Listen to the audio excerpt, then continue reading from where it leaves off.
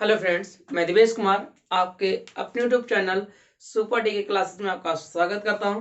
Friends, आज हम लोग मैथ का मोस्ट इम्पॉर्टेंट चैप्टर पढ़ेंगे जिसका नाम है मेंसुरेशन।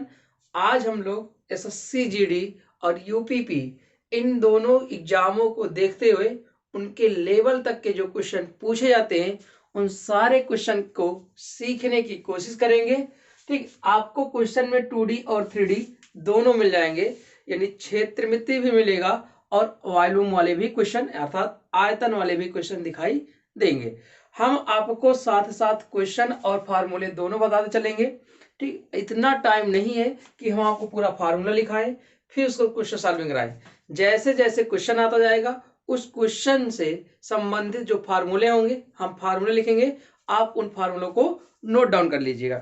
एक बात याद रखिएगा, मेंसुरेशन पढ़ते वक्त आप ट्रिक भूल जाइएगा। अगर आपको फार्मूला याद है और डायग्राम बना लेते हो तो मेंसुरेशन की हर एक सवाल कर सकते हो, अन्यथा सवाल में आपको प्रॉब्लम आ जाएगी। ठीक है फ्रेंड्स, चलते पहला क्वेश्चन स्टार्ट करते हैं। जैसे पहला क्वेश्चन आपके स्क्रीन पर दिखाई दे रहा है। ठीक, कुछ बातें बता देते हैं। क्वेश्चन स्टार्ट करने से कुछ बातें जान लीजिए। आपको इतना तो पता होगा बेसिक सा कि त्रिभुज में 3 आकृति होती है, यानी त्रिभुज में 3 रेखाएं होती हैं, चतुर्भुज में 4 रेखाएं होती है, पंचभुज में 5 होंगी, षष्ठभुज में 6 होंगे। सबसे इंपॉर्टेंट बात ये जानना है, त्रिभुज के तीनों कोणों का योग जो होता है एक 180 होता है, 180 अंश होता है। त्रिभुज के तीनों कोणों का योग कितना होता है? 180 अंश होता है। चतुर्भुज के चारों कोणों का योग कितना होता है? 360 होता है। पंचभुज के कितने होते हैं? 540 होते हैं।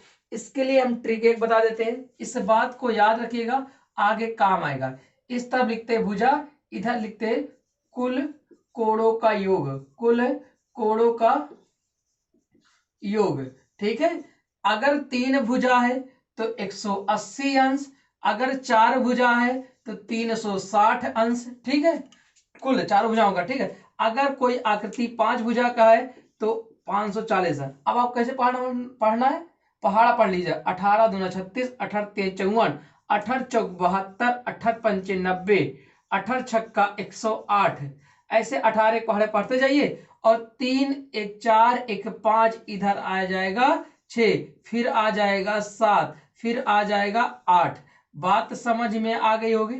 ठीक है फ्रेंड्स, अगर 3 भुजा है 180 अंश, 4 है 360 अंश, 5 है 540 अंश, 6 है 720 अंश, 7 है 900 और 8 है तो 1080।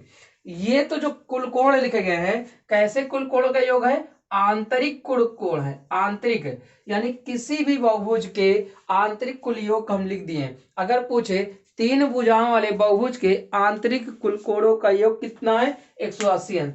6 भुजाओं वाले बहुभुज के आंतरिक कुल कोणों का योग कितना है? कोणों का एंगल, सम ऑफ एंगल कितना है? आंतरिक इंटीरियर एंगल 720। अगर पूछे एक्सटीरियर एंगल अर्थात बाह्य कोण पूछे तो किसी भी एंगल का जो बाह्य कोण होता है, किसी भी पॉलीगन अर्थात किसी भी बहुभुज का जो बाह्य कोण होता है वो हमेशा 360 अंश होगा। कितना होगा? 360 अंश। बेसिक सा क्वेश्चन एक पूछ लिया जाता है, कहता है भाई 8 बहुभुज वाले आकृति के आंतरिक कोणों का योग कितना होगा? 1080। अगर कह दे 8 बहुभुज वाले 8 बहुभुज वाले आकृति के बाह्य कोणों का कितना होगा? 360। कोई भी आकृति हो उसके बाह्य कोणों का योगफल 360 हमेशा होता है। बात समझ में आ गई? ठीक, चलते अब हम लोग क्वेश्चन की ओर। इसको जरूर याद रखिएगा, ये आगे कहीं ना कहीं काम आ ही जाएगा। ठीक है, चलिए पहला क्वेश्चन आपके स्क्रीन पे दिखाई दे रहा होगा। ठीक है फ्रेंड्स,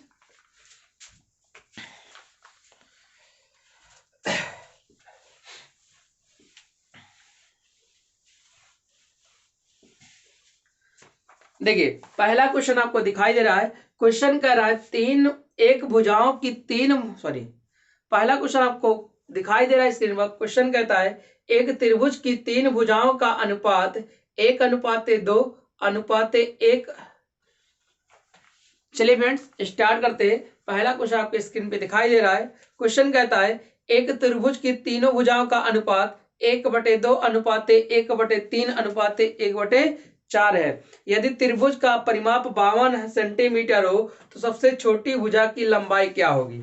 इस बात को एक बात याद रखिएगा, अगर हम परिमाप बोले ना, किसी भी आकृति का परिमाप क्या होगा, तो टोटल कुल भुजाओं का योग, कुल भुजाओं का योग ही क्या होता है, परिमाप होता है। कुल भुजाओं का योग क्या होता है, परिमाप होता है। अब त्रिभुज कहा है, त्रिभुज की 3 भुजा होती है और तीनों का अनुपात दिया है, पहला अनुपात दूसरा अनुपात तीसरा, तीनों का अनुपात दिया है 1/2 अनुपात 1/3 अनुपात 1/4। अब अनुपात में सिखा चुके हैं, इन भुजाओं के अनुपात फ्रैक्शन में सिंपल बना दिए, अनुपात समानुपात बनाए हैं, बताया कैसे किया जाता है भाई। अगर ऊपर 1 है ना, तो इन दोनों को कर दो बस खाली, 4 12, पहला निकालना है, पहले भूल जाओ, 4 12 अनुपात है। अब दूसरे 4 दूनी 8, फिर इसको बोले 3 दूनी 6, काट देंगे तो आपका 6 अनुपात 4 अनुपात 3 आ जाएगा, 6 अनुपात 4 अनुपात 3, यानी तीनों भुजाओं का अनुपात आ गया 6 अनुपात 4 अनुपात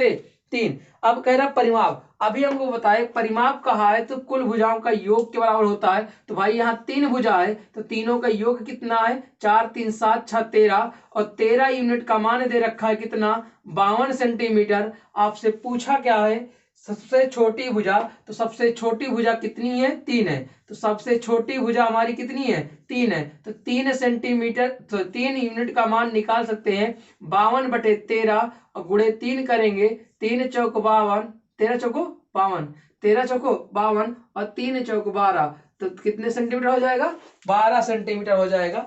बात समझ में आ गई।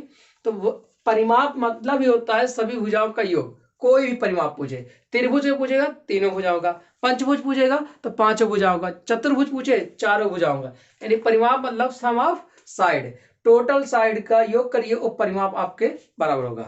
ठीक है, चलते अगले क्वेश्चन देखिएगा। अगला क्वेश्चन कह रहा है, ठीक है, कह रहा है कि एक आयत की लंबाई तथा चौड़ाई में 4 अनुपात 3 का अनुपात है। ये जो रुपया लिखा है ना, ये अनुपात होना चाहिए, क्वेश्चन करेक्शन कर लीजिएगा।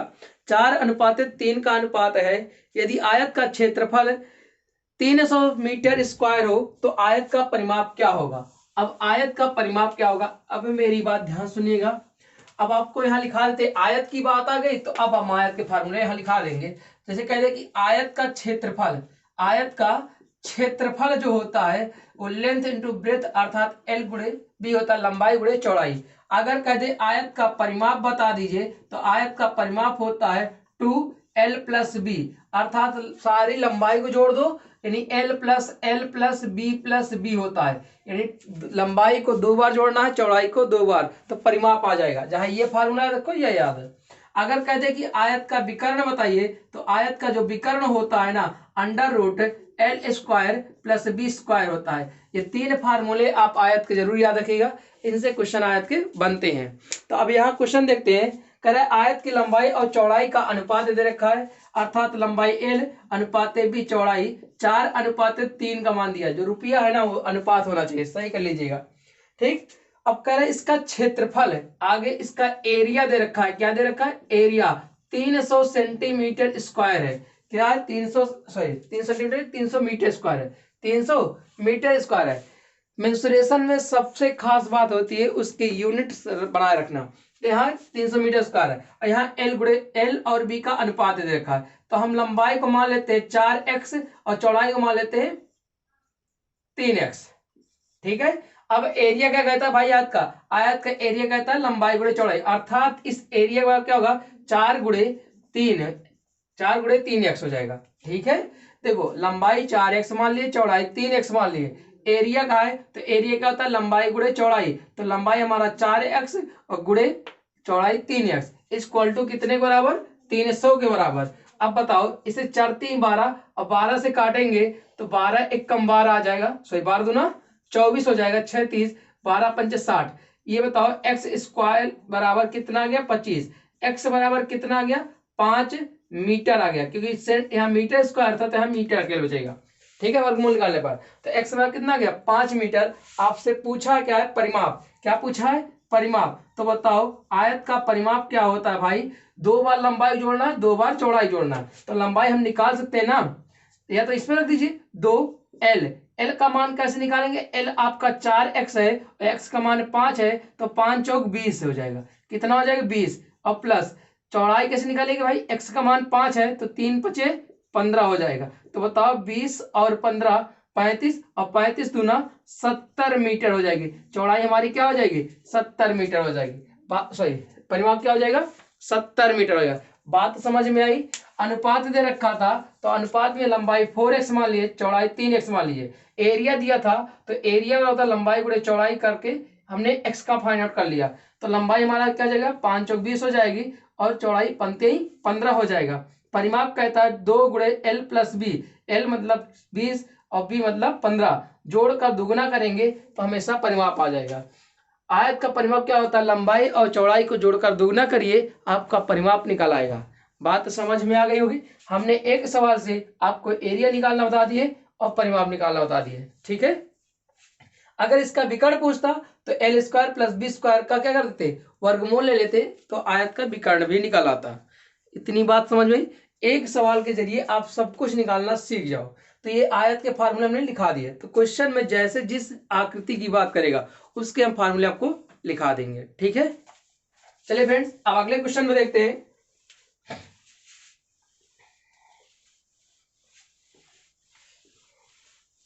चलिए, अगला क्वेश्चन कह रहा है एक समचतुर्भुज का क्षेत्रफल 144 वर्ग सेंटीमीटर है। यदि इसका एक विकर्ण दूसरे विकर्ण से 2 गुना हो तो पहले बड़े विकर्ण की लंबाई कितनी होगी? अब आगे समचतुर्भुज की बात है, तो अब समचतुर्भुज के सारे लिख लीजिए। समचतुर्भुज, समचतुर्भुज, समचतुर्भुज के बारे में क्या लिखना है? पहले इसका क्षेत्रफल कैसे निकलता है? समचतुर्भुज का क्षेत्रफल होता है d1 गुणे d2 अपान 2। d1 क्या है? आपका डायगोनल अर्थात विकर्ण है। d क्या है? विकर्ण है। d क्या है? विकर्ण है, यानी पहला विकर्ण बटे गुणे दूसरा विकर्ण, पहला विकर्ण गुणे दूसरा विकर्ण बटे 2 बराबर होता है क्षेत्रफल का। समचतुर्भुज का अगर आपसे परिमाप पूछे तो परिमाप हमेशा बताइएगा 4 गुणे साइड अर्थात 4 गुणे भुजा, 4 गुणे भुजा। इतनी बात समझ में आ गई। अब एक चीज और याद रखिएगा, समचतुर्भुज का स्ट्रक्चर कैसे होता है? ऐसे होता है, चारों भुजाएं आपकी क्या होती है समचतुर्भुज में? बराबर होती है। सबसे खास बात ये याद रखिएगा कि इसके जो विकर्ण होते हैं ना, ये जो विकर्ण होते हैं एक दूसरे को 90 अंश पर काटते हैं। कितने अंश पर काटते हैं? 90 अंश पर। और साथ ही साथ एक दूसरे को बराबर भुजाओं में विभाजित करते हैं, एक दूसरे को बराबर भुजाओं में, मतलब जो विकर्ण होंगे 90 अंश पर काटेंगे और एक दूसरे विकर्ण को बराबर बराबर ही काटेंगे। अगर ये हिस्सा 5 है तो ये भी 5 होगा, अगर ये हिस्सा 10 है तो ये भी 10 होगा, यानी दोनों विकर्ण एक दूसरे को बराबर बराबर हिस्सों पे काट देंगे और प्रत्येक विकर्ण कितने से कटेगा? 90 अंश पे कटेगा। इतनी बात याद रखिएगा, ठीक है इसके बारे में। अब क्वेश्चन देखिए, कह रहा समचतुर्भुज का क्षेत्रफल 144 वर्ग मीटर है। यदि एक विकर्ण दूसरे का 2 गुना है, तो भाई हमें डायगोनल 1 जो है और डायगोनल 2 मान लेते हैं। एक विकर्ण दूसरे का, तो भाई दूसरे को अगर x मान ले तो पहला वाला 2x होगा, नहीं होगा। एक विकर्ण दूसरे का 2 गुना है तो दूसरा विकर्ण अगर x मानते हैं तो पहला 2x हो जाएगा। अब एरिया दे रखा है आपको, एरिया 144 दे रखा है, तो एरिया बराबर क्या होता है? d1 गुणे 2x गुणे x बटे 2 बराबर 144 होगा। क्या ये 2 से 2 कैंसिल हो जाएगा, एक्स स्क्वायर बराबर 144। तो आप बताइए x का वर्गमूल निकालेंगे तो 12 आ जाएगा, यानी x बराबर कितना आ गया? 12 मीटर आ गया। क्या दिया है? 12 सेंटीमीटर, सॉरी सेंटीमीटर ना, 144 सेंटीमीटर तो सेंटीमीटर हो जाएगा, 12 सेंटीमीटर आ गया। आपसे पूछा क्या है? विकर्ण की लंबाई क्या है? बड़े विकर्ण, तो बड़ा विकर्ण कितना है? 2x है, तो बड़ा विकर्ण कितना हो जाएगा? बड़ा डायगोनल तो 2 गुणे 12 अर्थात कितना हो जाएगा? 24 सेंटीमीटर का हो जाएगा। कितने सेंटीमीटर का हो जाएगा?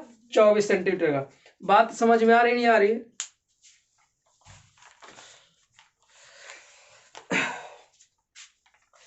चलिए फ्रेंड्स, अगला क्वेश्चन देखते हैं। कह रहा है एक समचतुर्भुज का छोटा विकर्ण 10 सेंटीमीटर, यदि उसका परिमाप 52 सेंटीमीटर हो तो क्षेत्रफल क्या होगा? ध्यान से देखिएगा, हम ऊपर सबको लिखा है, मिटाने हैं। क्या कह रहा है? उसका परिमाप कह रहा है 52 सेंटीमीटर को और एक छोटा विकर्ण है आपका 10 सेंटीमीटर लंबा है। तो अब इसके लिए सबसे पहले आपको स्ट्रक्चर बनाना आना चाहिए। ये समचतुर्भुज है, अगर परिमाप क्या दिया, देखो ध्यान से, परिमाप आपका 52 सेंटीमीटर है तो 4 गुणे साइड होता है क्या? अगर हम साइड का मान आपसे पूछे तो यहां से बता सकते हो 4 से काट कर 13 आ जाएगा, यानी एक साइड आपकी 13 आ गई तो हर एक साइड कितना होगा 13 होगा, क्योंकि सम मतलब बराबर, चतुर्भुज मतलब चारों भुजाएं, जिसकी चारों भुजाएं बराबर वो सम चतुर्भुज कहलाता है। अगर एक 13 तो हर एक भुजा 13 13 हो जाएगा। अब इसके दो विकर्ण आपको काट दिखते हैं, ऐसे होता है। अभी आपको ऊपर बता चुके हैं जो दोनों विकर्ण है कितने अंश काटेंगे, 90 डिग्री काटेंगे। अब छोटा वाला विकर्ण कितना का है 10 सेंटीमीटर, तो भाई हम आपको बताइए छोटा दिख रहा है और दोनों बराबर बराबर हिस्से में कट जाते हैं तो टोटल 10 है, तो ए भी 5 होगा, ए भी 5 होगा। अब आपको पता है एक चतुर्भुज दिख रहा है, देखो हम यहाँ पर जो बना रहे हैं ये स्ट्रक्चर में देखिए ध्यान से, आपको एक चतुर्भुज नहीं त्रिभुज दिखेगा, दिख रहा है नहीं दिख रहा है, एक क्या दिख रहा है त्रिभुज दिख रहा है। तो ये बताओ 90 अंश ही नहीं है, ये जब 90 अंश है तो 90 अंश के सामने वाली भुजा क्या होती है, कर्ण होती है। इतना सब लोग कक्षा 9 में पढ़े होंगे, 90 अंश की भुजा वाली सामने कर्ण होती है, तो इन दोनों में से एक लंब होगा एक आधार होगा। तो अगर कर्ण 13 है, एक भुजा 5 है, तो दूसरी आपकी 12 होती है। कितनी होती है 12। ये आता कहां से है, तो दूसरी निकालने के लिए क्या करते हैं, कर्ण का स्क्वायर माइनस और लंब या आधार का स्क्वायर वर्गमूल ले लेते हैं। तो 13 के स्क्वायर 169 माइनस 5 के स्क्वायर 25, वर्गमूल ले लेंगे तो 144 आ जाएगा। कितना आ जाएगा 144 आएगा ना, घटाने पर 144 का वर्गमूल लेंगे तो 12 आ जाएगा। कितना आ जाएगा 12 आ जाएगा। तो इसका मतलब बड़ा वाला जो डायगोनल है उसका आधा कितना होगा 12, और ए भी कितना होगा 12 होगा। हम आपको पहले बता चुके हैं कि दोनों डायगोनल एक दूसरे को बराबर बराबर हिस्सों में काट देते हैं। अगर ये 12 तो ए भी 12 होगा। अब आपसे इसका एरिया पूछा है, क्या पूछा है एरिया, तो एरिया वाला क्या होता है डायगोनल 1 इंटू डायगोनल 2 अपॉन 2। तो डायगोनल 1 कितना है 12 12 24 है, और डायगोनल 2 कितना है 5 5 10 है, और बटे 2 करोगे इसे काटोगे 12 बार जाएगा और बार धामा 120 सेंटीमीटर स्क्वायर आएगा। अगर किसमें दिया है सेंटीमीटर में दिया ना भाई, हाँ, तो किसमें आ जाएगा 120 सेंटीमीटर स्क्वायर आ जाएगा। क्यों, एरिया जो होता है स्क्वायर में आता है, परिमाप सिंगल डिजिट में आता है, सिंगल यूनिट में आता है, और जो आयतन होता है वो क्यूब यूनिट में आता है। उम्मीद करता हूं समझ में आया होगा। परिमाप से हमने साइड निकाला, और साइड से जब एक विकर्ण दिया था और विकर्ण का आधा उस साइड से साथ में उसके रिलेशन से दूसरा विकर्ण का आधा आया तो पूरा विकर्ण निकाल लिए। अब एरिया कहता है विकर्ण पहला गुणित विकर्ण दूसरा बटे 2। अब इसका हल कर लेंगे 120 सेंटीमीटर स्क्वायर आ जाएगा। बात समझ में आ गई होगी, ठीक है फ्रेंड्स। चलिए फ्रेंड्स अब आगे क्वेश्चन देखते हैं। अगला क्वेश्चन देखिएगा, क्वेश्चन ध्यान से देखिए, आपकी स्क्रीन पे दिख रहा है। क्वेश्चन कह रहा है एक आयत की लंबाई 15 सेंटीमीटर है तथा उसकी चौड़ाई 10 सेंटीमीटर है, तो उसका क्षेत्रफल क्या आएगा, उसका क्षेत्रफल क्या होगा। सबसे आसान क्वेश्चन है। आयत का क्षेत्रफल अभी बताए थे, rectangle of area, sorry area of rectangle, area of rectangle. तो एरिया ऑफ जो रेक्टेंगल है उसका जो एरिया होता है एल इंटू बी होता है नहीं होता। तो एल आपका दे रखा लंबाई 15 सेंटीमीटर, चौड़ाई दे रखा है 10 सेंटीमीटर, 15 दाम में 150 सेंटीमीटर स्क्वायर। तो एरिया ऑफ रेक्टेंगल कितना हो जाएगा 150 सेंटीमीटर स्क्वायर। बात समझ में आ गई होगी, ये तो हम पहले पीछे बता ही चुके हैं। चलिए आगे क्वेश्चन देखते हैं। सेम इसी आयत पर है, कह रहा है एक आयत की लंबाई तथा चौड़ाई क्रमशः 20 मीटर और 15 मीटर है, तो आयत की परिमिति क्या है। परिमिति मतलब perimeter of rectangle, perimeter of rectangle, ठीक है। पेरीमीटर ऑफ रेक्टेंगल क्या होता है भाई, 2 गुणे लंबाई प्लस चौड़ाई, यानी लंबाई और चौड़ाई को जोड़कर 2 गुना कर दीजिए, आपका पेरीमीटर ऑफ आ जाएगा रेक्टेंगल का, ठीक है। चलिए आपको लंबाई कितना दे रखा है 20 और चौड़ाई 15 दे रखा है, तो 15 20 कितना होता है 35, और दोनों दुगना कर देंगे 35 दुना 70 मीटर आ जाएगा, 70 मीटर। स्क्वायर नहीं आएगा, पेरीमीटर हमेशा मीटर में होता है सिंगल यूनिट में, और एरिया हमेशा स्क्वायर में आता है, इस बात को याद रखिएगा, ठीक है। अगला क्वेश्चन देखिएगा, कह रहा है एक आयत का क्षेत्रफल 255 सेंटीमीटर स्क्वायर है, यदि उसकी लंबाई 17 सेंटीमीटर है तो चौड़ाई क्या होगी। भाई एरिया दे रखा है, आयत का एरिया दे रखा है कितना, एरिया वाला होता है एल इंटू बी। एरिया आपका दे रखा है 255, कितना दे रखा है 255, और आपके इसमें लंबाई दे रखा है 17, हमें चौड़ाई पूछा है, बता सकते हो 17 से काट देंगे, 17 कम 17 8 बचेगा, 17 पचे 85, यानी जो चौड़ाई थी हमारी कितनी आ गई 15 सेंटीमीटर आ गई। कितना आ गया 15 सेंटीमीटर। बात समझ में आ गई। तो आपको हम दो तरह बता चुके, एक आयत का बता दिए पूरा सब कुछ और एक समचतुर्भुज का। ठीक है, अब देख लेते हैं वर्ग के बारे में। किसके बारे में? वर्ग के बारे में। आपको फार्मूला याद रहेगा तो आप क्वेश्चन को आसानी से कर पाओगे। देखो अगला सवाल देखिएगा, कह रहे हैं एक वर्ग की एक भुजा की लंबाई 10 सेंटीमीटर है तो वर्ग का क्षेत्रफल क्या होगा। अब स्क्वायर के बारे में जानते हैं। वर्ग का अगर आपसे एरिया पूछे तो वर्ग का एरिया होता है साइड स्क्वायर या साइड इंटू साइड कह दो। ठीक है, हिंदी में इसे बोलते हैं भुजा स्क्वायर। क्या बोलते हैं? भुजा स्क्वायर। अगर वर्ग का पेरीमीटर अर्थात परिमाप पूछे तो 4 इंटू साइड होता है, 4 इंटू साइड, अर्थात इसी को बोलते हैं हिंदी में 4 गुणे भुजा। क्या बोलते हैं? 4 गुणे भुजा। अगर वर्ग का डायगोनल पूछे, विकर्ण पूछे आपसे, तो वर्ग का विकर्ण जो होता है क्या होता है? a√2 होता है। a√2, a√2 मतलब होता है भुजा गुणे √2, भुजा गुणे √2 होता है। इतनी बात समझे? ये तीन आप याद रखिएगा। वर्ग का क्षेत्रफल होता है भुजा स्क्वायर, वर्ग का परिमाप होता है 4 गुणे भुजा, वर्ग का विकर्ण होता है भुजा गुणे √2, भुजा गुणे √2। ठीक। क्वेश्चन कह रहा था भुजा की लंबाई 10 सेंटीमीटर है तो एरिया क्या होगा। तो एरिया के लिए भाई भुजा की क्या लंबाई 10 सेंटीमीटर है, तो 10 का स्क्वायर कितना होता है? 100 सेंटीमीटर स्क्वायर। बस खत्म हो गया।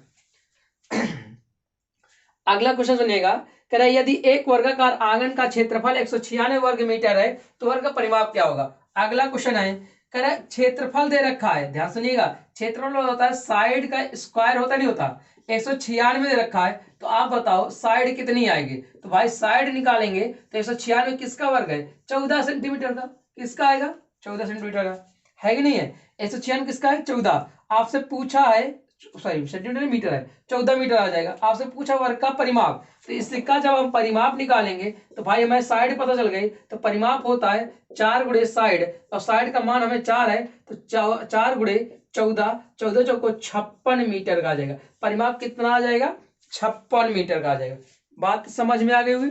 अगर सवाल समझ में आया है तो एक सवाल आपके स्क्रीन पर दिखाई दे रहा है, उस सवाल का आंसर आप कमेंट कर बताइएगा। ठीक है फ्रेंड। क्वेश्चन दिखाई दे रहा था, कह रहा था कि एक वर्ग की भुजा 50 मीटर है तो उसका परिमाप क्या होगा। तो उसका परिमाप क्या होगा? इन सवाल का आंसर आप कमेंट में करके जरूर बताइएगा।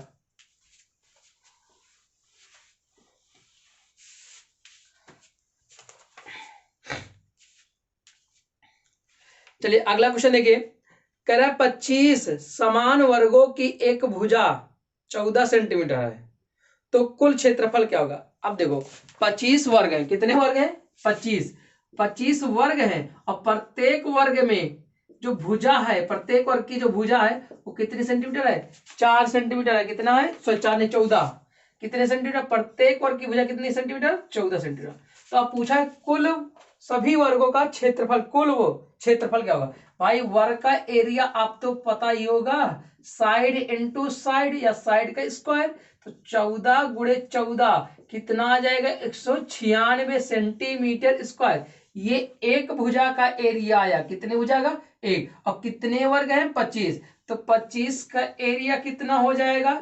196 गुणे 25 इक्वल टू आपका आ जाएगा 25 छक्का 150 हासिल लाइन 15, 25 नवैया 225 15 240 हासिल लाइन 224, और 25 से कम 25 24 होता है 49, 4900 सेंटीमीटर स्क्वायर हो जाएगा। कितना हो जाएगा?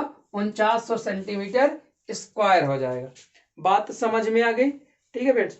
अब बात करते हैं टाइल्स वाली संख्या कैसे निकालते हैं। हमेशा टाइल्स के लिए याद रखना, जिस आकृति पर टाइल्स लगाई जाएगी उस आकृति का क्षेत्रफल बटे टाइल्स का क्षेत्रफल, उस आकृति का क्षेत्रफल बटे टाइल्स का क्षेत्रफल। टाइल्स की संख्या कैसे निकालते हैं? आकृति जिस पर, अब आयताकार आकृति है कि वर्गाकार है, तो जो आकृति होगी उसका क्षेत्रफल बटे टाइल्स का क्षेत्रफल। जैसे क्वेश्चन है, एक वर्गाकार टाइल्स की भुजा 12 सेंटीमीटर या 8 मीटर लंबी तथा 4.5 मीटर ऊंची दीवार पर कितनी टाइल्स लगेगी। अब जो दीवार होती है आपको पता है ना, लंबाई और चौड़ाई में ही होती है, नहीं होती।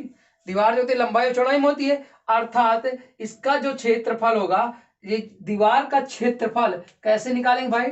टाइल्स की संख्या, टाइल्स की संख्या, नंबर ऑफ टाइल्स, दीवार का क्षेत्रफल LB, यही तो होगा ना, और बटे टाइल्स का क्षेत्रफल।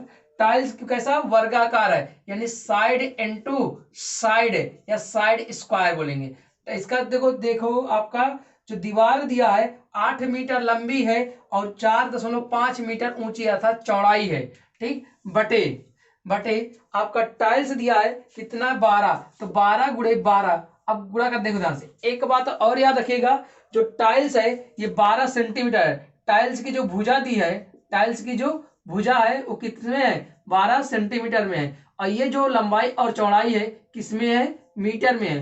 तो अब जब कभी टाइल्स संख्या निकालो दोनों यूनिट समान होने चाहिए, अर्थात ये 8 ना होके ये 8 मीटर है, ये भी मीटर है, ये सेंटीमीटर है, ये सेंटीमीटर, सबको सेंटीमीटर बनाएंगे तो ये 800 सेंटीमीटर, ये 450 सेंटीमीटर हो जाएगा। और नीचे 12 गुणे 12। अब सबके सब क्या हो गए, सेंटीमीटर हो गए। अब काट देंगे तो काट दी जल्दी से, बस खाली आंसर आपका आ जाएगा। काट दें, काटिए इसको।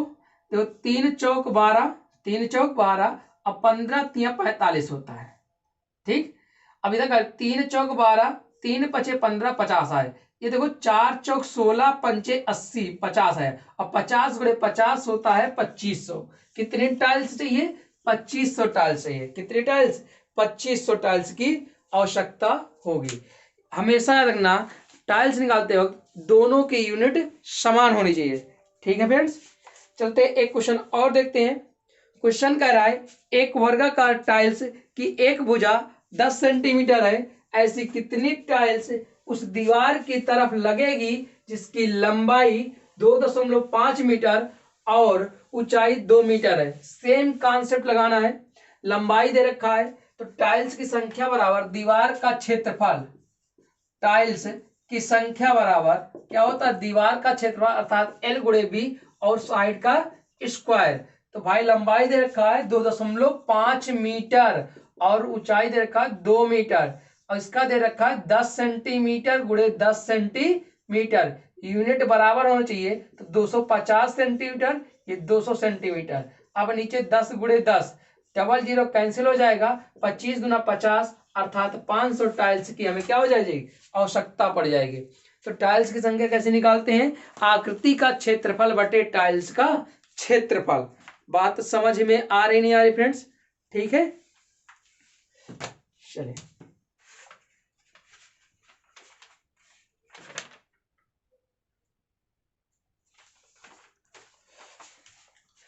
चलिए फ्रेंड्स अब अगला सवाल देखते हैं।